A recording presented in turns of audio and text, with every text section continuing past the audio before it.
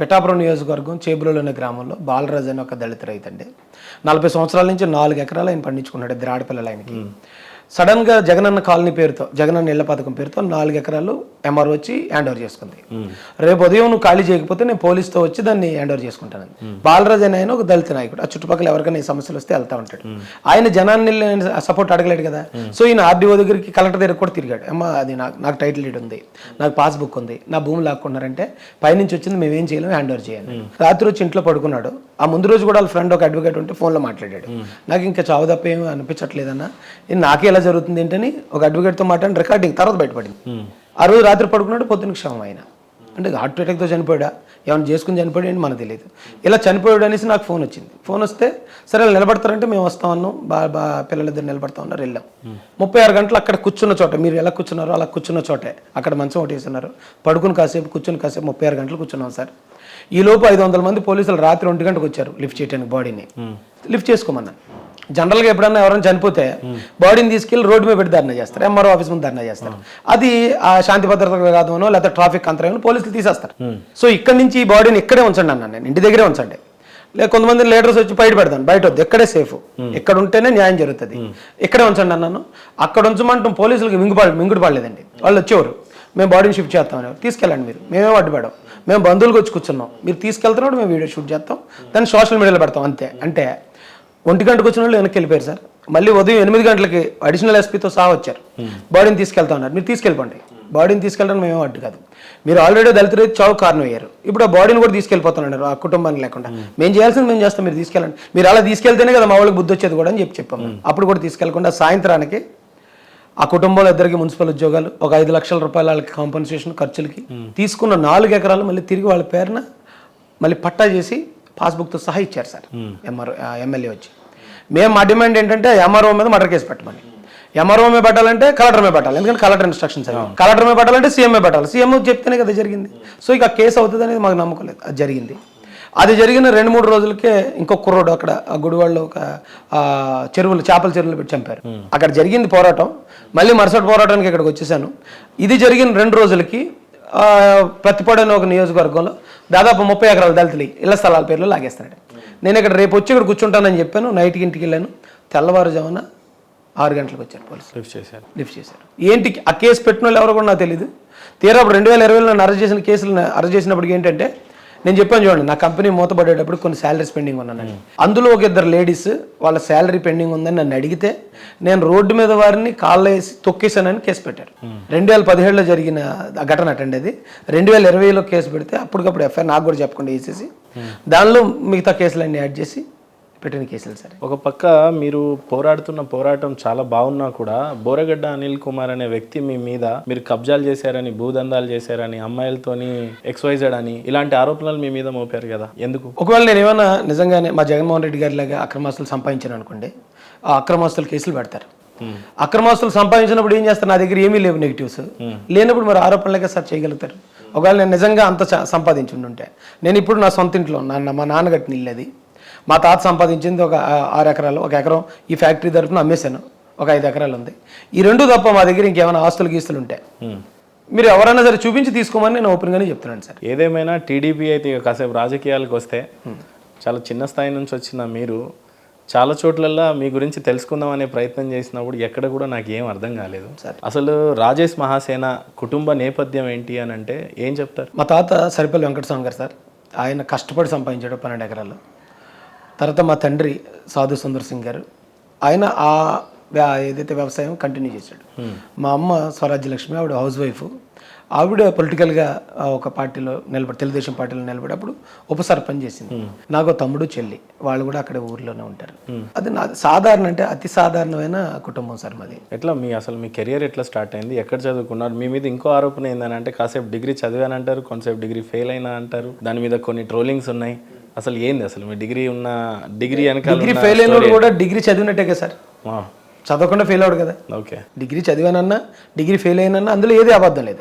నేను degree pass అయ్యానంటేనే అబద్ధం. Okay, so నేను చదివే సమయంలో సార్ నాకు తెలివితేటలేవా లేదా చదవలేకపోయినట్టు తెలియదు, కానీ నేను చదువుకున్న సమయంలో అసలు ఏమీ సరిగ్గా చదవలేదు. 10th క్లాస్ దాకా నేను బాగానే చదివాను, పాస్ అయ్యాను. ఇంటర్మీడియట్ జాయిన్ అయ్యాను, డిస్కంటిన్యూ చేశాను. దాని తర్వాత ఆంధ్ర పాలిటెక్నిక్లో ఆర్కిటెక్చర్ బ్రాంచ్ తీసుకుని అక్కడ 2 సంవత్సరాలు చదివాను. అంటే నాకు అప్పుడున్న ఫ్రెండ్స్ అవ్వచ్చు, లేకపోతే వాళ్ళతో సరదాగా తిరగడం అనేది అయ్యి ఉండొచ్చు. ఎప్పుడు నేను సరిగ్గా చదవలేదు. అయితే కొంతకాలానికి అంటే లైఫ్ అంటే ఏంటో తెలిసి వచ్చేటప్పటికి కనీసం డిగ్రీ ఉంటే అన్న ఏదైనా అవకాశాలు ఉంటాయి, మనం భార్య పిల్లలు ఇలాగ వస్తారు కదా, ఉద్యోగ అవకాశాలు వస్తాయి అనే ఆలోచనతో నేను ప్రైవేట్గా డిగ్రీ కట్టాను సార్. ప్రైవేట్గా కట్టాను. అక్కడ రాజమండ్రి దగ్గరలో కోరుకొండ దగ్గరలో చిన్న కాలేజ్ ఉంటుంది, ప్రైవేట్గానే రాశాను. ఒకే ఒక ఎగ్జామ్కి అటెండ్ అవ్వలేదు, ఇంగ్లీష్ ఎగ్జామ్కి. ఆ ఇంగ్లీష్ ఎగ్జామ్ ఫెయిల్ అయ్యాను. ఏ కోర్స్ చేశారు డిగ్రీలో? Sociology sir. ఇదే ప్రశ్న చాలా మంది ఇరుక్కున్నారు. అంటే నేను కూడా ఎప్పుడు చదివాను కదా, నేను ఇరుక్కోవచ్చు. సోషియాలజీ, హిస్టరీ, ఎకనామిక్స్ అండి, ఆ సబ్జెక్ట్స్ రాశాను సార్. సో ఆ నేపథ్యం నుంచి వచ్చిన రాజేష్ మహాసేన ఒక మీడియా కంపెనీని అయితే పెట్టారు, మీడియాని బాగానే రన్ చేస్తున్నారు సార్. రేపటి రోజు టీడీపీ చంద్రబాబు నాయుడుని నమ్ముకొని టికెట్ ఇస్తారా ఇయ్యరా అనేది కూడా మాట్లాడుకోకుండా టీడీపీలో అయితే జాయిన్ అయ్యారు. ఇప్పుడు మీ మీద వస్తున్న ఎక్స్పెక్టేషన్స్ ఎలా ఉన్నాయి? అంటే మీ సైనికులు కావచ్చు, మీ ఫాలోవర్స్ కావచ్చు, వస్తే మీరు ఎక్కడి నుంచి వస్తారు? అది జనరల్ స్థానం నుంచి అయి ఉంటుందా, లేకపోతే ఎస్సీ రిజర్వ్డ్కి ఉంటుందా? ఏ రకంగా మీరు ముందుకు పోదలుచుకున్నారు రాజకీయాన్ని? టు బి ఫ్రాంక్ చెప్పాలంటే సార్, అక్కడ ఉన్న పరిస్థితులు ఇప్పుడు తెలంగాణతో పోల్చుకుంటే ఏపీ డిఫరెంట్ అండి. అన్ని కుల సమీకరణాల మీద జరుగుతాయి. నేను మొన్న ఇలాంటిదే ఒక పంచాయతీ ఎలక్షన్ జరిగితే మాకు తెలిసిన ఆయన్ని అది జనరల్ దానిలో నిలబెట్టాను. జనరల్ దానిలో నిలబెడితే నాకు అన్ని కులాల్లో ఫ్రెండ్స్ ఉన్నారు, అన్ని కులాల్లో నేనంటే ఇష్టపడేవాళ్ళు ఉన్నారు. కానీ ఎస్సీ ఓటింగ్ 300 ఓటింగ్ ఆ గ్రామానికి, టోటల్ ఓటింగ్ 2100, మాకు పడ్డ ఓటింగ్ 300. మిగతా అన్ని కులాల్లో ఫ్రెండ్స్ ఉన్నారు. బట్ వాళ్ళందరూ ఆలోచన ఏంటంటే ఇది ఇప్పుడు ఎస్సీ రిజర్వ్డ్ కాదు కదా, ఇది జనరల్ కదా, జనరల్ అయినప్పుడు వారు పోటీ చేస్తే వాళ్ళకి కదా ఓటు వేయాలి, ఎస్సీలకు వచ్చినప్పుడు కదా ఎస్సీలు నిలబడాలి. అంటే జనరల్ అంటే అందరూ నిలబడొచ్చు అనే ఆలోచన కూడా చాలా మందికి లేదు. ఎస్సీకి వచ్చినప్పుడు మాత్రమే ఎస్సీకి ఓటు వేయాలి, అక్కడ ఏదో అన్యాయం జరిగిపోయింది అన్న ఆలోచనలో ఉన్నారండి అక్కడ ప్రజానికం. ఇప్పుడు ఒకవేళ జనరల్లో తెలుగుదేశం పార్టీ మా మీద ఉన్న నమ్మకంతోనో, లేకపోతే నాకో లేదా మరొకరికి సమర్థులైన వాళ్ళకో ఎస్సీని ఒక జనరల్లో నిలబెట్టినా, అసలు ఎస్సీ నిలబడ్డేటి కాన్స్టిట్యున్సీలో అనుకుని అవతల పార్టీ మన కాదన్నా సరే ఆయన ఇది ఓసీ, జనరల్ అంటే ఓసీ కాబట్టి మనం ఓసీకే ఓటు వేయాలి అనే ఆలోచనలో చాలా మంది ఎస్సీలు కూడా ఉన్నారు. బై ఎనీ ఛాన్స్ రాజేష్ కొద్దిగా తెలివిగా మాట్లాడి రేపు జనరల్ స్థానంలో ఇవ్వకుండా ఎస్సీ రిజర్వ్ స్థానాల్లోనే ఇస్తారేమోనని ఇప్పుడే ఇలా మాట్లాడడం స్టార్ట్ చేస్తున్నాడా? అంటే అసలు నాకు ఇస్తారన్న ఆలోచన ఆశ లేదండి. ఫస్ట్ పాయింట్, నా ఆలోచన అంతా నా శత్రువును ఓడించాలి, రాష్ట్రాన్ని కాపాడుకోవాలి. ముఖ్యమంత్రి మీ శత్రువు కానీ అంటే ఇప్పుడు ఆయన రాజారెడ్డి గారు మనోడు, నేను వెంకటస్వామి గారు మనోడిని. ఆయనకుండేది ఆయనకుంటే నేను నాకుండేది నాకుంటుందండి. ఆయనకి ఒకే ఓటు, నాకు ఒకే ఓటు ఇచ్చింది రాజ్యాంగం. బ్యాడ్ లక్ ఏంటంటే వాళ్ళ నాన్నగారు ముఖ్యమంత్రి చేశారు, మా నాన్నగారు వ్యవసాయం చేసుకున్నారు కాబట్టి ఆర్థికంగా నేను ఏమైనా తక్కువ ఉండొచ్చు. కానీ ఏమంటే జగన్మోహన్ రెడ్డికి నాకేంటి, జగన్మోహన్ రెడ్డి గారిని ఇంకా బాగా నేను పేపర్ చూడకుండా మాట్లాడగలుగుతాను, ఆయన అయితే పేపర్ చూస్తే తప్ప చదవలేడు. ఆ ఆస్పెక్ట్లో చూస్తే ఆయనకంటే నేనే ఎక్కువ ఇంకా చెప్పాలంటే. అంటే ఇది ఓవర్ కాన్ఫిడెన్స్ కాదండి, ఆయన్ని మొన్నటిదాకా ఎంత కలిసి ఉన్నాం అన్నాం కాబట్టి ఆ చనువుతో మాట్లాడుతున్నాం తప్ప ఇక్కడ ఎవరు.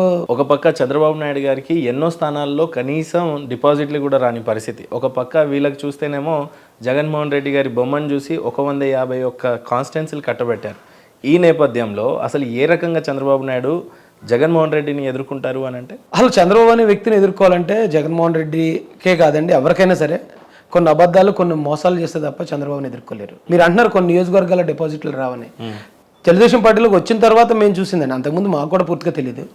తెలుగుదేశం పార్టీ క్యాడర్ ఎలా ఉంటుందంటే అండి, కింద స్థాయిలో ఒక 1000 మంది ఒక మీటింగ్ అటెండ్ అయ్యారంటే 1000 మంది కూడా ఒక ఎంపీటీసీఓ, ఒక జడ్పీటీసీఓ, ఒక సర్పంచ్ చేసిన వాళ్ళు అందరూ లీడర్స్. అందులో 23 స్థానాలకే పరిమితం అయిపోయింది, ఏమీ లేదు అయిపోయింది తెలుగుదేశం పార్టీ అన్నప్పుడే 40 నుంచి 46% ఓటింగ్ ఉంది దానికి. ఆ సమయంలో ఎస్సీ, ముస్లిం, క్రిస్టియన్ ఈ 3 వర్గాలు కాంగ్రెస్ ఓటింగ్. మేము కాంగ్రెస్తో విభేదం పెట్టుకుని కాంగ్రెస్ నాకు అన్యాయం చేసిందన్న జగన్మోహన్ రెడ్డి ఆయన పెట్టిన పార్టీ పేరు వైఎస్ఆర్ అని పెట్టకుండా వైఎస్ఆర్ కాంగ్రెస్ అని పెట్టాడు. ఇప్పుడు మన ఇంట్లో ఎవడన్నా చంపినోడి పేరు మన పిల్లడికి పెట్టుకోం కదా. నష్టపోయిన పార్టీ పేరు ఎందుకు తీసుకొచ్చి ఆయన పార్టీకి తోక తగిలించాడంటే మాలాంటి వాళ్ళందరూ మోస్తారు కాంగ్రెస్ ఓటింగ్.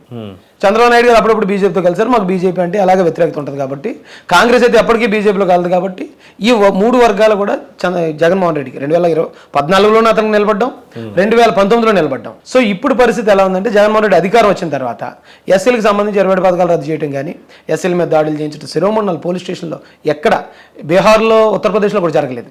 పోలీస్ స్టేషన్లో శిరోమండల్ ఒక ఎమ్మెల్యే చేస్తే రాష్ట్రపతి చెప్పాడు ఎఫ్ఐఆర్ చేయమని, అయినా ఎఫ్ఐఆర్ చేయలేదు. అక్కడ జరిగిన ప్రతి మర్డర్ వెనకాతలో వైసీపీ నాయకుడు వస్తుంది, అది ఓపెన్ సీక్రెట్. ఎమ్మెల్సీ ఉన్నాడు, ఎమ్మెల్యేలు ఉన్నారు, వీళ్ళందరూ వాళ్ళ మీద చర్యలు తీసుకోకపోవటం ఒకటి, పథకాలు రద్దు చేయటం, మా వాళ్ళ ల్యాండ్స్ లాక్కోవటం, అది ఎస్సీలకు ఉన్న సమస్యలు అండి.